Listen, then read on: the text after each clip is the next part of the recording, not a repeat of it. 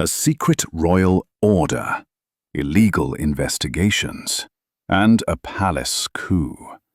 This isn't an episode of The Crown. This is the scandal that's shaking the British royal family to its foundations. But wait, the real details are even more shocking. Subscribe to the channel and click the bell, because what's about to be revealed could change the future of the British monarchy forever. Imagine this. A royal prince, the Duke of York, asks a government security guard, paid by your money, to gather information about a woman who claims to be his victim. This isn't just an ethical violation. It's a violation of the laws and regulations that members of the royal family are supposed to protect.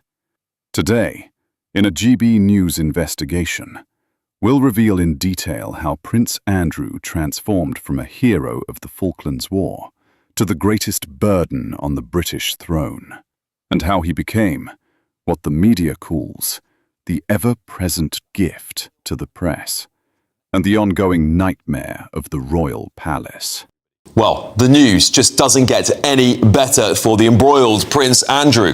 After giving up his royal titles yesterday in disgrace, tonight it gets worse. The Mail on Sunday is now reporting the Met Police is potentially embroiled in the scandal. Prince Andrew allegedly asked his taxpayer-funded Met bodyguard to investigate Virginia Giuffre and dig up information. Shocking stuff. GB News, of course, have reached out to the Met Police, who have declined to comment.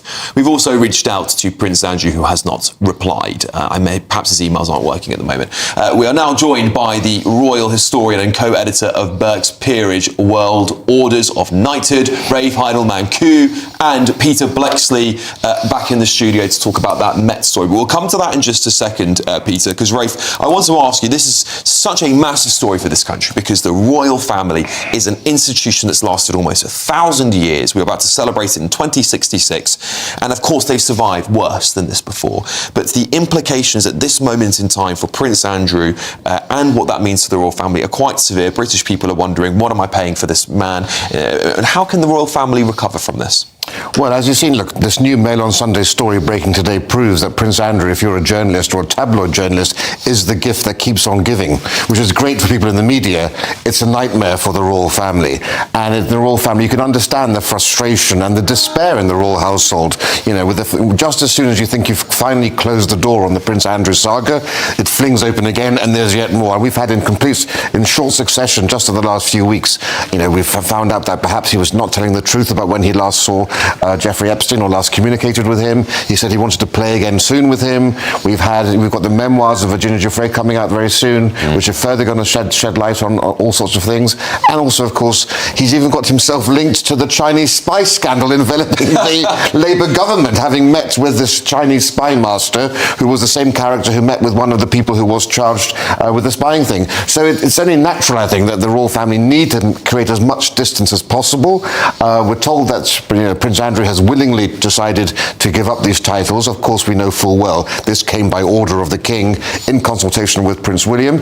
It should be said, though, that he hasn't lost these titles. He still remains His Royal Highness. He still remains the Duke of York, Earl of Inverness, Baron Killie, Knight of the Garter, and the Royal Victorian Order. So he still could actually be further humiliated, and there could be a further step if more stories like this come out, where, as opposed to just simply not using the titles, he could suffer the indignity of being formally stripped, something that normally happens only to people who've committed treason or have fought for enemy countries. Well, indeed, and as you said, this memoir, Virginia Giuffre's memoir, is going to be coming out very soon, so I suspect there'll be more on that. I speak to journalists like Daphne Barrack, who have, of course, been working intensely on this story, and she feels there's more to come. I'm sure she knows there is. But Peter, I just want to come to you very briefly about this part of the Met being allegedly embroiled in it. Of course, the story is that Prince Andrew used his Met bodyguard to investigate, allegedly, Virginia Giuffre. How damaging would this be if the Met are found to be embroiled in this? Well, the facts as laid out by the headline in the newspaper,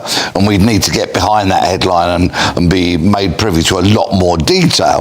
If those facts as the headline lays them out, it would appear that there has been been a conspiracy to commit misconduct in public office, insomuch as that if Prince Andrew did ask a close protection officer to access, say for example, public systems to see if they could obtain any information, that would fit within that kind of context. Indeed. And how would the Met release this to the public? Would this be some sort of investigation that would have to be opened and then the public might find out that way? What sort of processes would have to go into it? Every keystroke leaves a trace, but of course that's depending on how long ago the systems are accessed, if they're still maintained, if they haven't been sent to the bottom of an ocean, for example. So if there is a possibility that any such databases can be debriefed and evidence can be gathered, then I'm sure the pressure on the Met will be huge to try and do that. Indeed. Rafe, I want to come back to you about Prince Andrew himself, because of course he still has Royal Lodge. What does that mean, first of all, for people who obviously aren't aware of it, and what would it take for him to not have Royal Lodge anymore? I think many people will be asking. Well, Royal Lodge is a grand property on the Windsor estate, 30 rooms. It was formerly the home of the George VI and the Queen Mother when they were Duke and Duchess of York. It's where the young Princess Margaret Elizabeth lived for a little bit.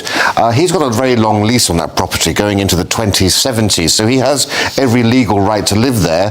The King, of course, wants to move him out into perhaps Frogmore Cottage, which was vacated by the Duke and Duchess of Sussex, far smaller, doesn't require any security because it's already within the royal compounds. So the King has cut off all the funding for Royal Lodge, the security and the Prince Andrew's allowance.